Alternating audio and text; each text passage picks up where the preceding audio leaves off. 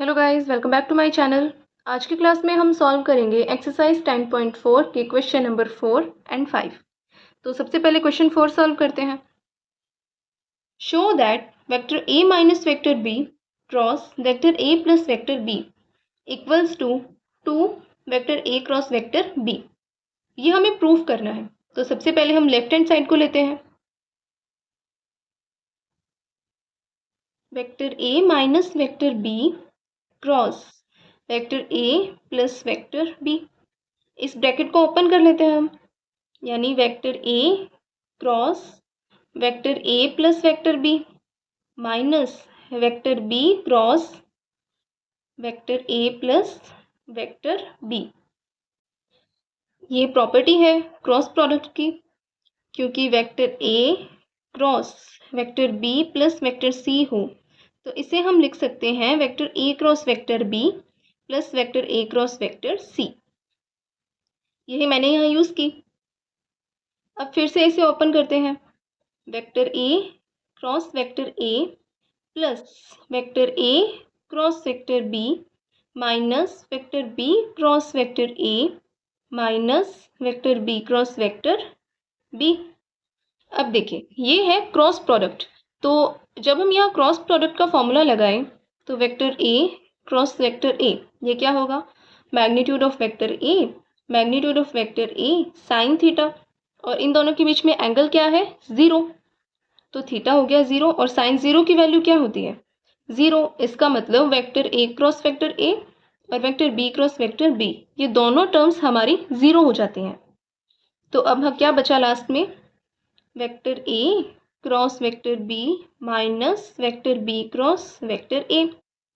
जो cross product है वो कॉम्यूटेटिव नहीं होता, तो vector a cross vector b इसे हम लिख सकते हैं minus vector b cross vector a।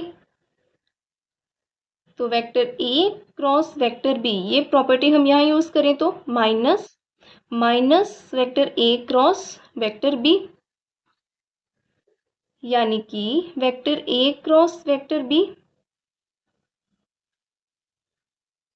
Plus vector a cross vector b, और ये हुआ 2 vector a cross vector b, और यही है हमारी right hand side.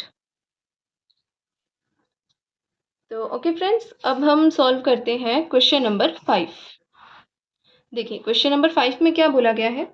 Find lambda and mu if 2i cap plus 6j cap plus 27k cap cross i cap plus lambda j cap plus mu k cap equals to vector 0। दो vectors हमें given है और इन दोनों का जो cross product है वो 0 है। तो सबसे पहले हम यही प्रॉपर्टी यूज करते हैं। Vector a cross vector b हमें यहाँ 0 गिवन है, तो इसे हम मान लेते हैं वेक्टर a और इसे मान लेते हैं वेक्टर b। अब इन ये दोनों जो वेक्टर्स हैं इनका क्रॉस प्रोडक्ट हम कैसे करेंगे? i cap j cap k cap. 2 6 and 27, 2 6 27, 1 lambda and mu, 1 lambda mu. इसे हम सॉल्व करते हैं सबसे पहले।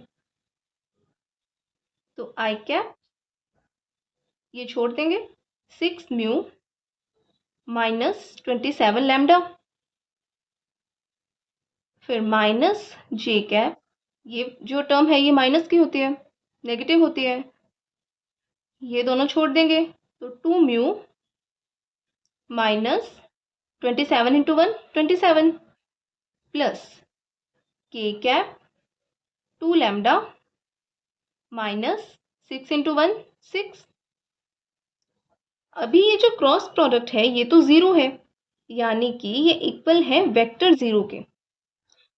जो डॉट प्रोडक्ट होता है वो स्केलर होता है, इसलिए हम वहां पे सीधा 0 लिखते हैं, लेकिन जब हम वेक्टर प्रोडक्ट यूज कर रहे हैं तो हमें वेक्टर 0 लिखना है, क्योंकि ये तीनों टर्म्स आई कैप जे कैप के कैप में है। तो वेक्टर 0 है, इसे भी मैं क्या लिखूंगी? 0 आई कैप प्लस 0 जे कैप प्लस 0 के कैप। करते हैं कंपेयर। अभी आई कैप जे कैप और के कैप। ये तीनों टर्म्स को हम अलग अलग कंपेयर करेंगे तो तीनों टर्म्स की जो वैल्यू है वो 0 होगी, यानी 6 mu minus 27 lambda equals to 0, 2 mu minus 27 और ये बाहर नेगेटिव इक्वल्स टू 0, और इसी तरह 2 लैम्डा माइनस 6 इक्वल्स टू 0। अगर हम इन्हें इक्वेशंस का नाम दें, यानी इक्वेशन 1, इक्वेशन 2 एंड इक्वेशन 3, तो इक्वेशन 2 और 3 से हम लैम्डा और म्यू दोनों की वैल्यू निकाल सकते हैं। तो सबसे पहले इक्वेशन 2 से minus 2 mu plus 27 equals to 0, 2 mu equals to 27 और यहाँ से म्यू की वैल्यू आई 27/2। इसी तरह इक्वेशन 3 से 2 लैम्डा माइनस 6 इक्वल्स टू 0, तो 2 लैम्डा इक्वल्स टू 6 और यहाँ से लैम्डा की वैल्यू आई 6/2, इट मीन्स 3। तो हमने लैम्डा और म्यू की वैल्यू फाइंड आउट कर ली। तो ओके फ्रेंड्स, आज के लिए इतना ही। अगर आपको इन दोनों क्वेश्चन में कहीं कोई डाउट है तो आप मुझे कमेंट करके पूछ सकते हैं, और वीडियोस पसंद आ रहे हैं then please like share and comment and subscribe to my channel. Thank you.